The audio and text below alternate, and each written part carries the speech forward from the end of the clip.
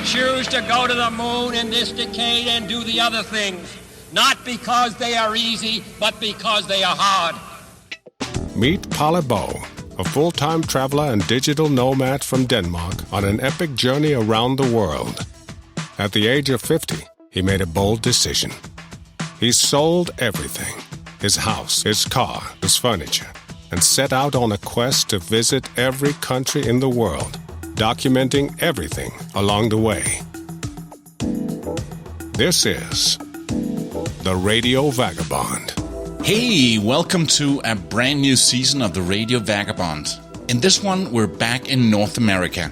New England, Canada, Upstate New York, Texas, Mexico, and Florida. But we start where I left you in the last season, because I need to check out of Czechia. It's the morning of the last day of our trip here in the northern Czech Republic. And this night we've been staying at a place called Prezidentska. It's an old wooden house being reconstructed into a hotel, and it's got a restaurant. It's not a super luxury hotel, but it really has its charm, and I really enjoy staying here. It's in the middle of a forest. There's a lake close by, and the people who run it are super nice. Malena is the woman who runs it, and just before a camel walked by. Malena, what's the story with the camel? With the camel, just appeared here. So it appeared here. Out of nowhere came a camel. No, he belongs to people with horses, and it's used to be always here close to Prezidentska that horses were on the fields. Yeah. So the camel is here as well. Yeah. Few years, I don't know exactly, but. Maybe 5. Thank you so much for hosting us. It's been wonderful staying here. And now I hear the drone going up again. Yeah. Todd, I'm recording. Please.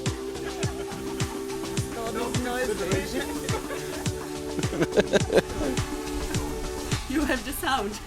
You're like... Right, every insect. press trip you go on, if you're filming, is that you're talking there and then... So you could do a podcast why you hate drones. Not long after my friend Todd interrupted me with his drone taking off, it was myself that was airborne, heading across the Atlantic. This is Season 6, Episode 184 from Boston, Massachusetts. My name's Palle Bo, and this is the Radio Vagabond podcast. Travel is possible at any age. Your sense of adventure is just over the horizon. So, reach out and grab it. This is the Radio Vagabond. Gotta keep moving. This episode is brought to you in part by Hotels25.com. It's a website that helps you find the best prices on hotels and guest houses and hostels around the world in one simple search. Hotels25.com. Visa, tourist visa, red line, student visa, blue line. US, red line, over there. Yeah, red line, I see it. I think it's red line for me as well.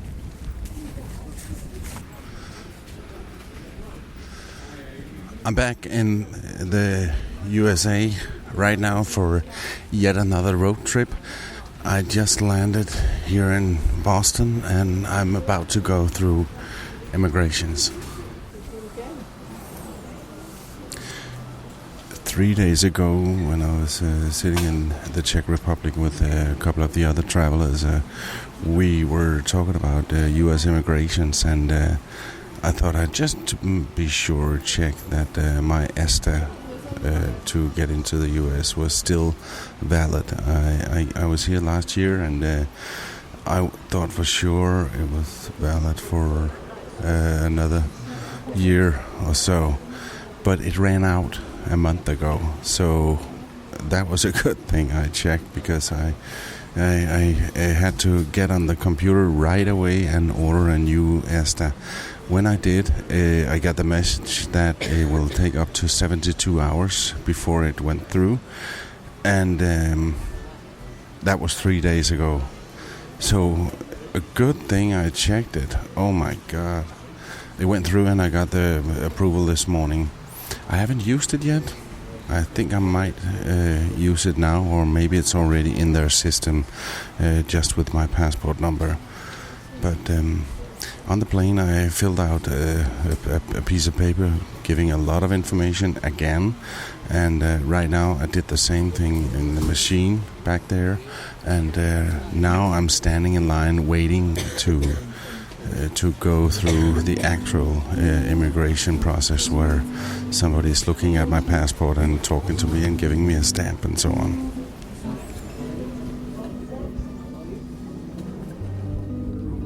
Almost 2 months. Last name. Okay. You need to see my ESTA? Nope.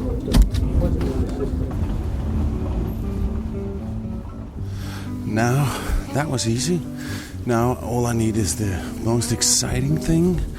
Did my backpack make it? Also, because of the flight was delayed from the Czech Republic, so I had to run.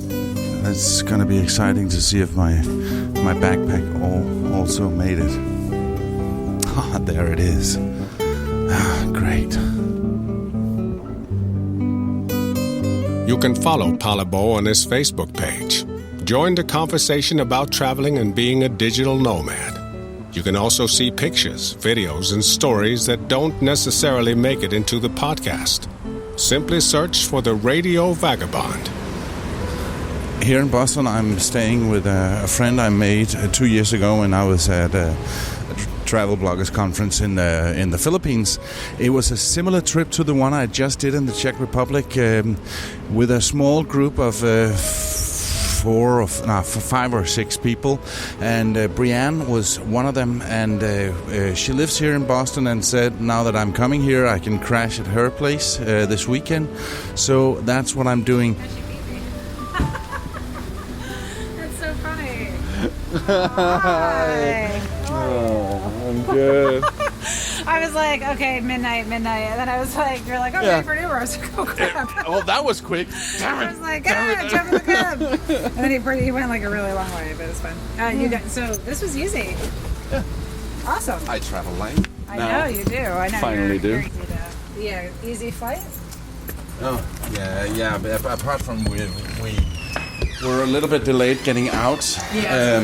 But that was up to the right. Yeah, but that was because of the what's it called? The truck that pulls the plane out onto the runway. It was that one that was broken. It wasn't the plane. Oh, weird. All right, so your room is all set for you. Oh. My friend Brianne Myers has a nice apartment in Boston. Do you have the whole place?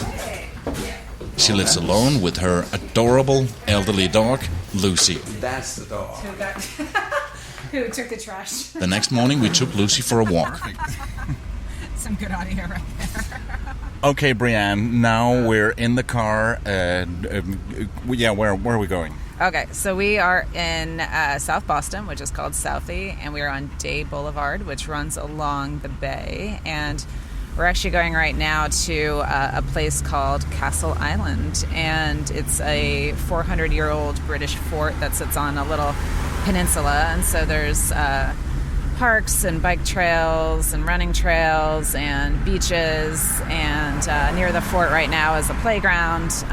People picnic there, so it's become like a very nice kind of social and recreational destination when the weather is nice here in Boston. So it's one of my favorite places to go, and my dog's favorite place to go. So we really enjoy coming out here on the weekends. Yeah, Lucy's in the back seat. Yeah.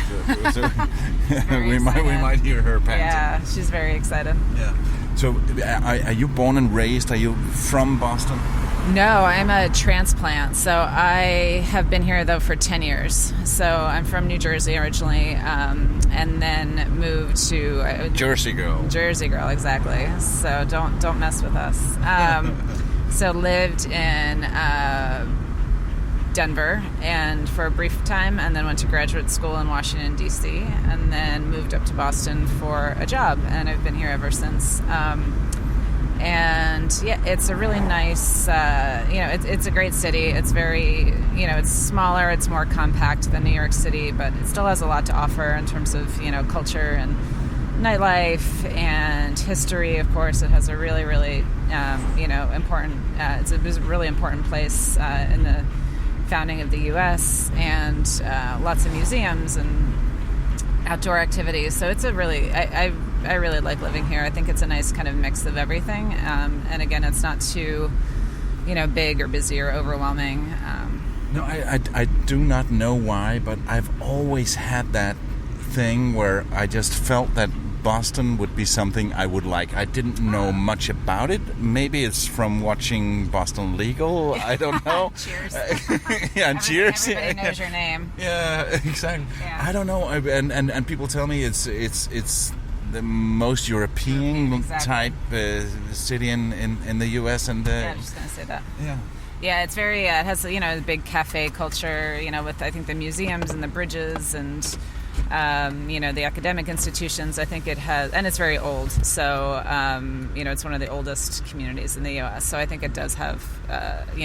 There's been a strong European influence. Yeah. And there's Lucy again. Yeah, now we can hear Lucy panting into the microphone. Yeah.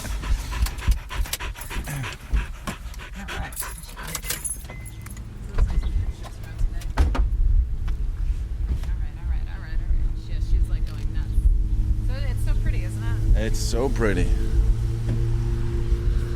Here we are by the coast, and there's a lot of small boats out in the water, and it's close to the airport. There's a plane just taking off over our head. Yeah, the airport is like very, very close to the city. Yeah. And yeah, this is Lucy's favorite place, so she's in heaven right now, this dog. Brianne Myers is a Boston-based freelance writer, photographer, and travel blogger who has been to more than 45 countries since her first trip overseas at the age of 11. The focus of her blog, A Traveling Life, is on how to balance a professional career with a life of travel. And it's her goal to take one trip each month. My blog is called A Traveling Life, and I started a few years ago to show that it is possible to maintain a professional career while traveling significantly, particularly for Americans. We don't get a lot of vacation days, and so a lot of people, and there's nothing wrong with this, but they, typically go to the Caribbean or go to Mexico for a week. And so I just wanted to show that, with a little creativity and planning, you can, you can get to see a lot more of the world. Yeah. And over coffee before, we were talking about the challenges I have of living the nomadic lifestyle. And you're a writer, so you could technically do it, but you've chosen to have this base in Boston. Right. Yeah. I've kind of dabbled in being nomadic here and there. I've done, 2-month, 3-month trips overseas. But I've decided that I do like to have a home base to come back to. And I also have a dog. And so right now that's that is the factor for keeping me in one place. And she's elderly, so I don't like to pass her off too often. So right now I have a house. I always say I have a house for my dog and I have a car for my dog. If I didn't have the dog, I probably wouldn't have either of those things. But I made a commitment to her 13 years ago, so need to see that through. But we'll see what the future holds. But in terms of work, I have been more successful when I have been here in Boston, and I can attend networking events, client events. My network is just much stronger here. So for right now, it makes sense. Yeah. Let me tell you a bit about where we are. And now, facts about where we are. Boston is named after a town in England. Many of the city's first settlers came from Boston, England, and simply just took that name. And it's a city that was first with many things in the US. When you think of old subways in the US, you might think of New York, but in fact, America's first subway was built here in Boston in 1897. They also have the oldest public park in the US. It's called Boston Common, and was established in 1634. The first Dunkin' Donuts was located in Quincy, Massachusetts, about 11 miles from Boston. The very first chocolate factory in the US was also in Boston. The year was 1765, when a guy named Walker Baker opened his chocolate factory right here. The first American lighthouse was built in Boston, the Little Brewster Lighthouse, in 1716. The first Thanksgiving in the country was celebrated in Boston. And Boston is home to the first college in North America. I'm talking about Howard, that was founded in 1636. And that was Facts About Where We Are. After a walk with Lucy, we got back in the car. Brianne, now we're driving through. Yeah, this is still the south side, or Southeast, South Boston. Yeah. Yeah. And is there something unique about the architecture here? Well, typically in this neighborhood and neighborhood in Dorchester, as well as some other more industrial cities along the east coast of Massachusetts, like Lowell, Lawrence, Lynn, even out west a little bit, Worcester and Springfield, you'll see these houses called what they call triple deckers. And so they were built to house workers for factories. And so they, like the name says, they're 3 stories high, and they typically have porches on the front. Wooden houses. Wooden houses, exactly. So there's still quite a few of them left, and so you can you can see as you drive through the neighborhoods, they're pretty distinctive looking. And there's now, of course, a lot of them are condos or rentals and have been renovated over the years, but you can still see the characteristics of the old buildings. And down here in the southeast part, it's we don't see many high-rise. There's no skyscrapers here. No, not really any in these neighborhoods. Where they try and keep everything a little on the lower side to kind of maintain the character. Even some of the newer developments. This place on the left here, this Murphy's Law, this Anthony Bourdain actually visited here when he was in Southie. Oh. So it's an old pub. So that's kind of a neighborhood institution kind of place. So yeah, and we just passed a Starbucks, and you said that there were protests. Yeah, everybody has a lot of pride in the neighborhood. It's an old, very traditional neighborhood, old Irish neighborhood, and they really support local businesses. They want to give the business to the mom and pop shops, and they really don't like the chains because chains sometimes can change the character of the neighborhood, change the feel of the neighborhood. So people were not happy when Starbucks came. So we have 2 Starbucks now, but there's still the mom and pop places too. Even though we have a lot of new development and a lot of new restaurants opening, for the most part they're either small chains or independent restaurants. Where are you taking me now? So now we're going into the Seaport, and so the Seaport is absolutely booming. So this, as the name suggests, it's right on the bay and on Boston Harbor. And typically, this is where you're going to see all the new construction, all the high-rises. Even when I moved here 10 years ago, there was hardly anything down here. It just used to be docks for fishing boats and things like that. And now it's the most rapidly growing area in Boston, and tons of real estate being developed, office buildings, commercial properties, restaurants, everything that you can think of is being kind of piled in down here. So, there's really strong feelings both ways about whether it's good or not. Obviously, the development creates jobs, and, it brings offices and other properties into the city to generate some revenue. But then at the same time, it's the character, is pretty much gone. The buildings are most of the apartments and the real estate are extremely expensive. A lot of these high rises, they have studio apartments going for $3,000 a month, and so that's obviously not affordable for most people. So it attracts obviously younger, people who work in the tech fields and have some good jobs. It's the convention center back there that has been there for a while. But yeah, this as we're driving through now, we're seeing there's there's tons of new construction, tons of construction vehicles and high rises going up, and it's interesting. I have mixed feelings about it as well. I think this winter we were one of the problems, obviously, with climate change is rising sea levels, and for the first time, this area had flooded during some terrible storms we had over the winter. So water did come up over the seawall here, and so that's as all these buildings are going in, even packing in even more people into the area. So it's going to be interesting to see how this all kind of shakes out over the next few years. Obviously, that with storms getting more severe and more intense, it'll be interesting to see what happens. Yeah. And speaking about the weather, just as we stopped, we got to the car after our long walk. It started raining, and now it's raining quite hard. So we were so lucky that just made it to the car. Yeah, we made it just in the nick of time, but we got a refreshing little shower in the meantime. That was nice. Yeah.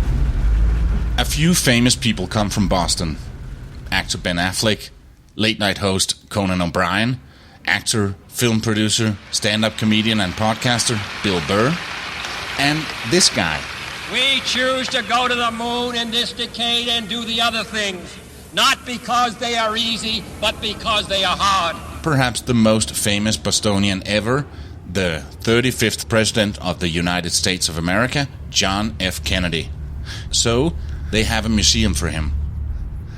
I'm walking with the ocean on my right-hand side right now, under the flight path to Boston International Airport, and I'm on my way to the John F. Kennedy Library.